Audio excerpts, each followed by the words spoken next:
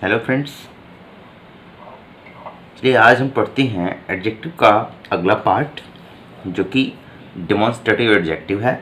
Demonstrative adjective ये जो demonstrative है, डेमोन्स्ट्रेट से बना हुआ है। खैर एडजेक्टिव तो है ही, इसके बारे में हम पढ़ेंगे। पिछले पार्ट्स में, प्रोनाउन के पार्ट्स में हमने डेमोन्स्ट्रेटिव प्रोनाउंस आपको बताया था। राइट नाउ सेम वही चीज़ है, लेकिन वहाँ पे डिमॉन्स्ट्रेटिव प्रोनाउन किसी न किसी सब्जेक्ट को इंडिकेट कर रहा था, डिमॉन्स्ट्रेट कर रहा था, संकेत कर रहा था। बट यहाँ पे क्या है कि यह डिमॉन्स्ट्रेटिव एडजेक्टिव किसी नाउन का वो एक तरीके से संबंध प्रकट करेगा और उस पर्टिकुलर नाउन को डिमॉन्स्ट्रेट करेगा, संकेत करेगा। तो एक छोटा सा एग्जाम्पल के तौर पे हम समझते हैं। इससे पहले हम इसका थोड़ा सा डेफिनेशन हम चर्चा करना चाहेंगे। इसका डेफिनेशन होता है, this adjectives point out which person or thing is meant. यह एडजेक्टिव एज हम कुछ एग्जाम्पल के तहत हम समझेंगे, यह एडजेक्टिव उस पर्सन और थिंग को पॉइंट आउट करता है। ठीक है, तो एग्जाम्पल जो होगा आप देख सकते हैं, एग्जाम्पल से समझेंगे। जैसे कि होता है ना कि दिस बॉय इज रोहन, हम कह सकते हैं यह लड़का रोहन है। राइट, तो खैर बहुत सारे एग्जाम्पल है। थोड़ा और एक हम छोटा सा एक बड़ा हम एग्जाम्पल देना चाहते हैं जिससे आप अच्छे तरीके से समझें। ये जो डेमोन्स्ट्रेटिव एडजेक्टिव है वो निम्न है। कौन कौन? तो एग्जाम्पल है दिस, दैट, दीज, दोज, सच। हमने प्रोनाउन में यही पढ़ा था। अब इसको हम एग्जाम्पल सेंटेंस में देखते हैं। जैसे कि this boy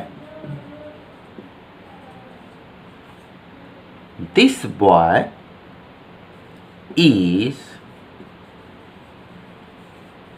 stronger than you। यह लड़का तुम्हारे अपेक्षा बहुत ज़्यादा मजबूत है, शक्तिशाली है। ठीक है, अब इसको हम फिर एक बार हम चर्चा करेंगे। इसके पहले कि एक और उदाहरण हम दें, जैसे कि these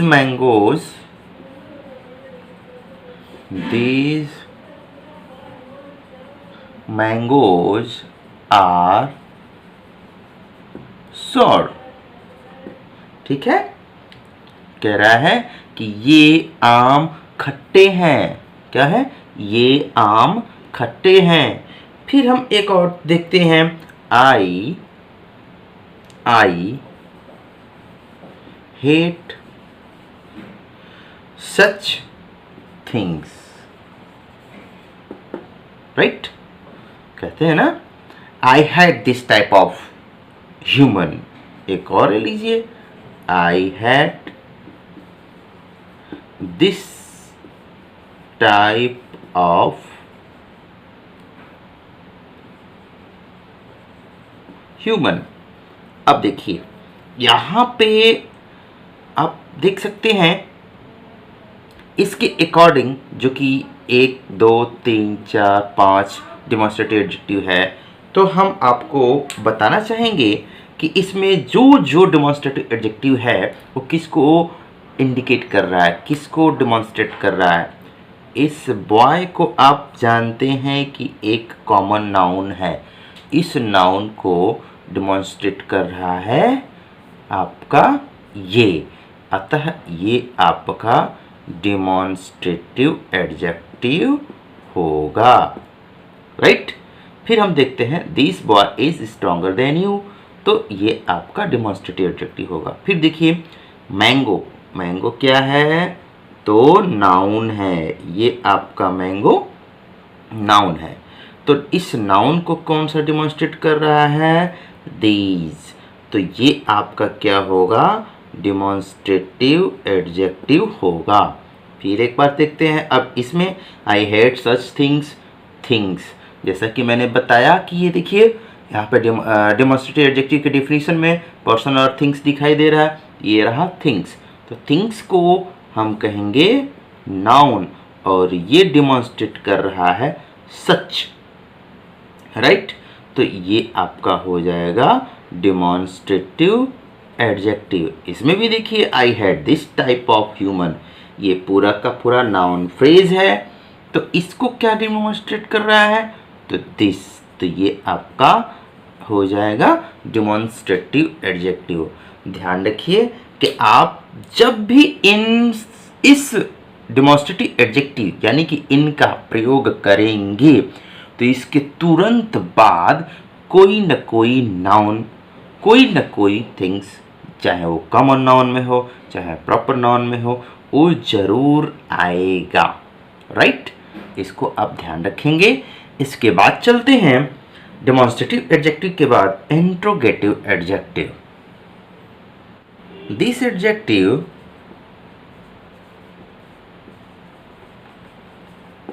these adjectives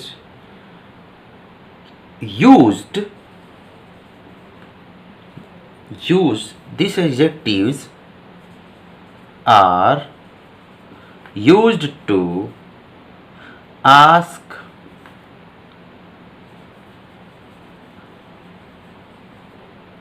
questions, are called interrogative adjective।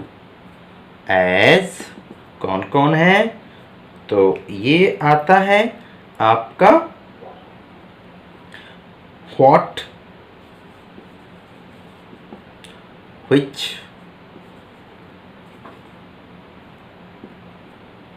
Right. और अब इसको हम कैसे समझेंगे, तो चलिए हम एक एग्जाम्पल्स के अकॉर्डिंग हम सेंटेंस में बताते हैं। सेंटेंस के अकॉर्डिंग हम समझते हैं। जैसे कि आप किसी दफ्तर में काम करते हैं, ऑफिस में काम करते हैं, आपके बॉस कुछ कहते हैं, राइट, और कुछ भी पूछ सकते हैं। तो पूछने जैसा हम एक एग्जाम्पल बता रहे हैं,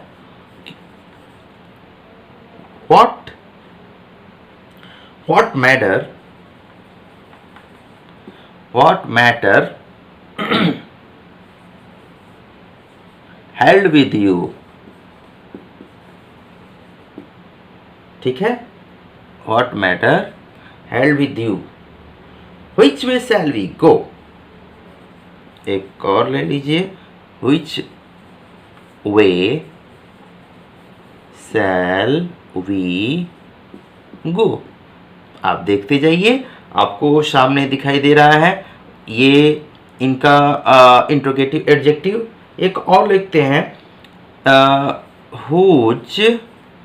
whose book, right, whose book is yours, right, whose book is yours, तुम्हारे कौन सी किताब है, कौन सा रास्ता हमें जाना होगा।